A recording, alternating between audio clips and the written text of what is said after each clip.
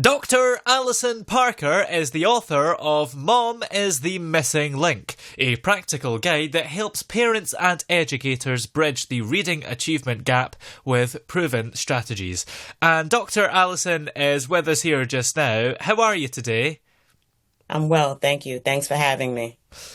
Now, can you just give us sort of a brief overview of this book, Mom is the Missing Link, without, I guess, spoiling the whole thing?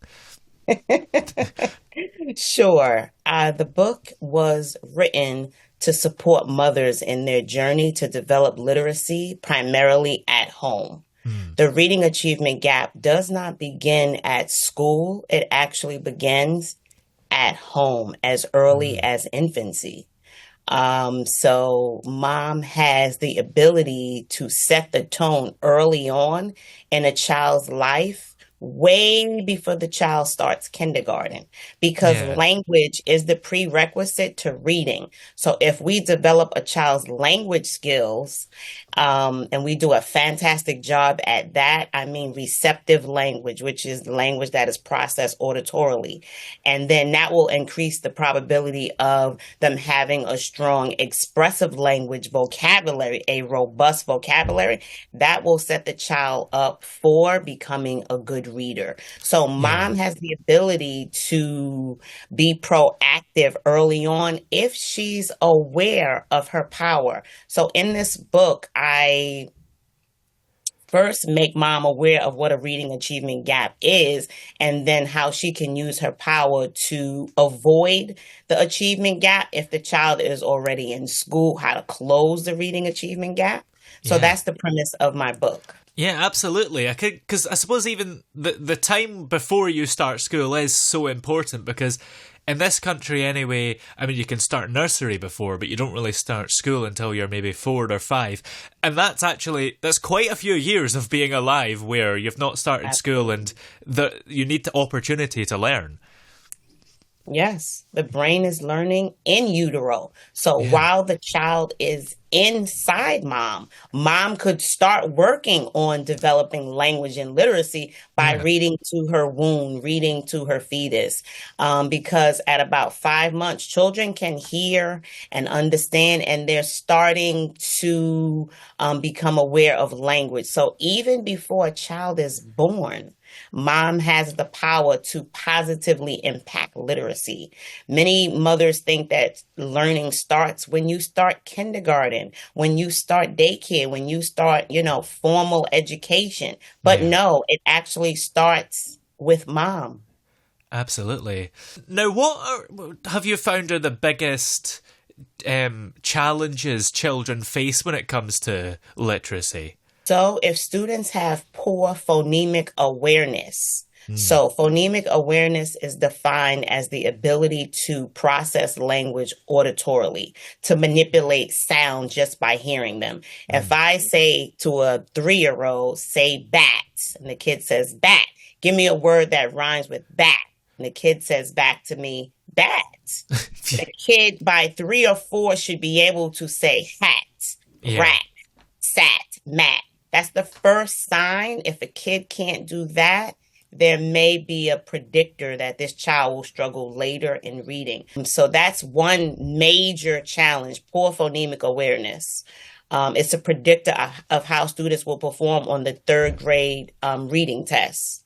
And what are some of the ways that parents can help their children overcome that and just teach their children generally before they start school? Play is children's work. So Mm. playing oral games, word games orally, can hold up a picture of let's say, a stuffed animal and say bear, bear. The first sound in bear is b. So helping children understand first sound fluency, the Mm. first sound in words, the last sound in words, and rhyming words, so important. It requires no purchase of anything other than conversation, eye contact, empathy, love, and interaction between mother and child. So that's something that mom can do. And then the most important thing after developing phonemic awareness is reading to children as if their lives depend on it, because it actually does. Yeah. Literate people have a better life than illiterate people.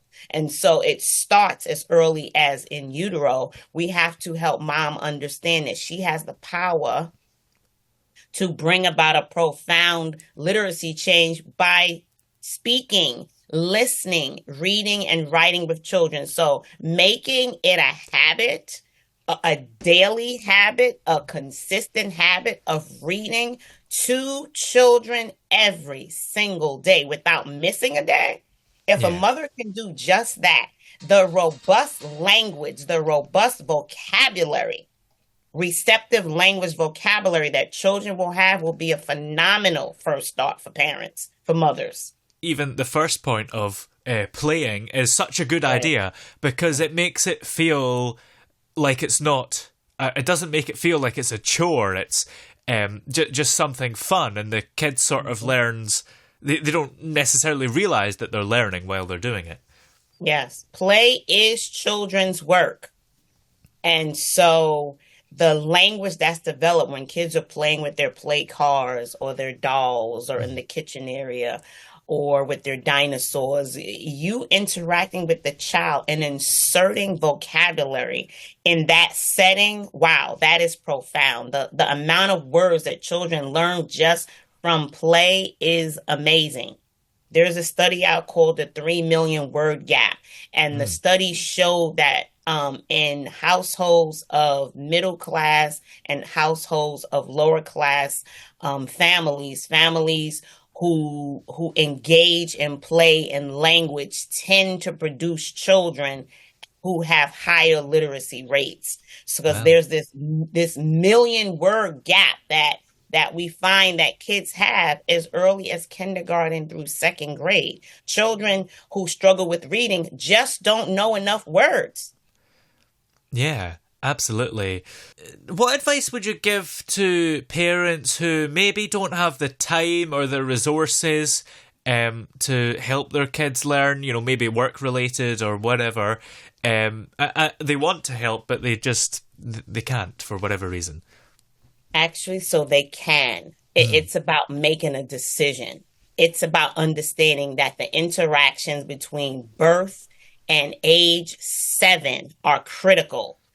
So if you read to a child 5, 10 minutes every single day, 365 days of a year, I'm talking a quick poem. It could Mm. be a riddle. It could be a joke from a joke book. It could be the first page in a comic book. If it's a lengthy book, split that book up into 7 days and read a few pages a day. It's about being consistent. Yeah. And if you want your child to be powerfully literate, you have to make the decision. It's not going to happen by accident. Mother has to make the decision that, hey, I want my child to be powerfully literate. And when mothers make that decision, wow, what we notice in the school system is these children have robust vocabularies and they tend to read at higher levels. Now, students who have a language based learning disability, also known as dyslexia, they're Yeah. going to need more support with explicit instruction, multi-sensory instruction. Yeah. However, their brains are ready to receive that information because they know a lot of words. Absolutely. These days, there's the big rise with technology that wasn't around when we were children. So, and children are sort of learning less from traditional books. So, how can parents sort of deal with that? I mean, should they embrace the technology partly, or should they be using more traditional methods? I think there's value in audiobooks. Mm. I have a private practice. I tutor children in Brooklyn, New York City. And one of the resources that I provide is access to audiobooks, leveled Yeah. audiobooks. I think it's a phenomenal tool, but it's not a replacement for mom. The Yeah. problem that we see is mom is quick to shove an iPad in the face of a 2-year-old, Yeah. and they turn on YouTube with all of this Mickey Mouse and nonsense. And the Yeah. reality is a child's brain needs to hear motherese. Mom's language patterns matter, not the language patterns from a YouTube video. So when it comes to audiobooks, I'm in total agreement. There has to be a balance Mm. of mom and the audiobooks. Yeah. And when I say balance, I mean mostly mom, and then the rest of the time, 80% mom, 20% audiobooks. Mom is the missing link. Mom needs to be reading to children, with children, by children, on a daily basis to close the reading achievement gap, which has been in existence since documented since the 1970s Oh, in wow. America. And Yeah. so technology has a place in society. I value technology. It's a tool, it's not a replacement. I literally get into what's called the 5 pillars of reading and teach mom. I am a literacy coach by trade. Teach mom practices focused on developing phonemic awareness, developing phonics, developing fluency, developing reading comprehension and vocabulary, these 5 pillars of reading. So mom can partner with teachers and increase the probability of their children becoming accurate and fluent readers. That's what all mothers want. I don't have the time. These limiting beliefs. I don't have the time. I Yeah. work. This is a saying I get, a quote I get from mothers all the time. Dr. Parker, I don't have the time. Yeah. Well, if you took the time to make a baby, you got to take the time to teach the baby. Yes. We got to teach the babies. We have to make the time. So if you can't dedicate 10 minutes, 20 minutes out of your day for your precious child, then we have a bigger problem than literacy. We have a bigger problem. Well, when is the ideal time in your sort of parenthood journey to read the book? I mean, is it right at the start when you're pregnant, or is it once the baby's born, or I guess does it depend on? Because I guess it's never too late, even if it is the first one. That's a great question. That's what I thought about when I started with my chapter Mm. outline. And I thought about the clients that I currently serve. I have a parent who has a 6-month old right now. I Yeah. thought about her, and she could pick up the book right now and start developing literacy in her daughter. I thought about the current clients who I serve, who are in kindergarten, who are in first grade, who are in middle school, who are in high school, who are struggling with the 5 pillars of reading, decoding multisyllabic words. Mm. It doesn't matter because each part of the book focuses on birth through age 2, kindergarten through grade 2, grades 3 through 5. Mom can Yeah. go to the chapter based on where she is, where the child is in child development. So it kind of doesn't matter. It's for moms who have children who are struggling readers. Yeah. After your child has started school, is there still value in the book for things you can do to keep helping them? Because I suppose you still can't expect the school to do everything, and you have to know your child and know where they're still struggling. Yes. So if a kid is in kindergarten, mom can turn to the chapter focused on supporting students in grades K through 2. There are strategies there. Mm. Yeah, many of the strategies overlap, and it's never too late. So there are 5 different parts: part 1, part 2, part 3, part 4, and part 5. Each Yeah. part focuses on a level of child development. Do you have plans to write any more books after this one, whether it's related to this type of thing or not? So my plan is to create a body of courses that can partner with the book. So some self-paced courses. One of them is already created. It's called the Syllable Division Queen course. So the Oh, Syllable Division Queen course was created for mom.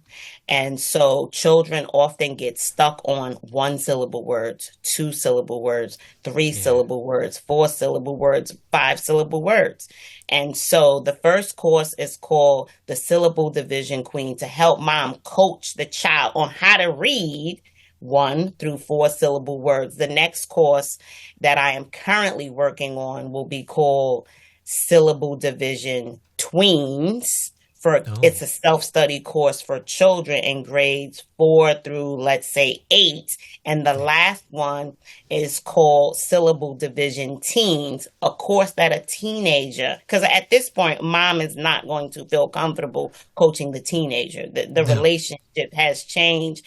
And so I wanted to be able to empower the student in grades 9 through 12 with a home study course that he or she could press play and have me coach them through my course. Yeah, And so that's the next step. I knew that that would be a necessary requirement to really empower literacy at home, that there are tools that mothers need and that middle school children need and that high school students need. And I want to be able to have those tools available to support them. So the absolutely. simple division course for moms is already ready. The other two are in my computer. I'm working on them as we speak. Yeah. Well, this current book is, of course, called Mum is the Missing Link, and it's by yourself, Dr. Alison Parker. Mhm. So, where are all the places that we're able to find that book? You can find that book on Amazon. You can also find that book on Shopify, but I would say go straight to Amazon. It's been published there for about 2 weeks. Yeah. It's available right now as we speak. I have an ebook and I have the paperback book and I also have the hardcover book. Brilliant. Well, many thanks for joining us. It's been great having you on the show today. My pleasure. Thank you so much.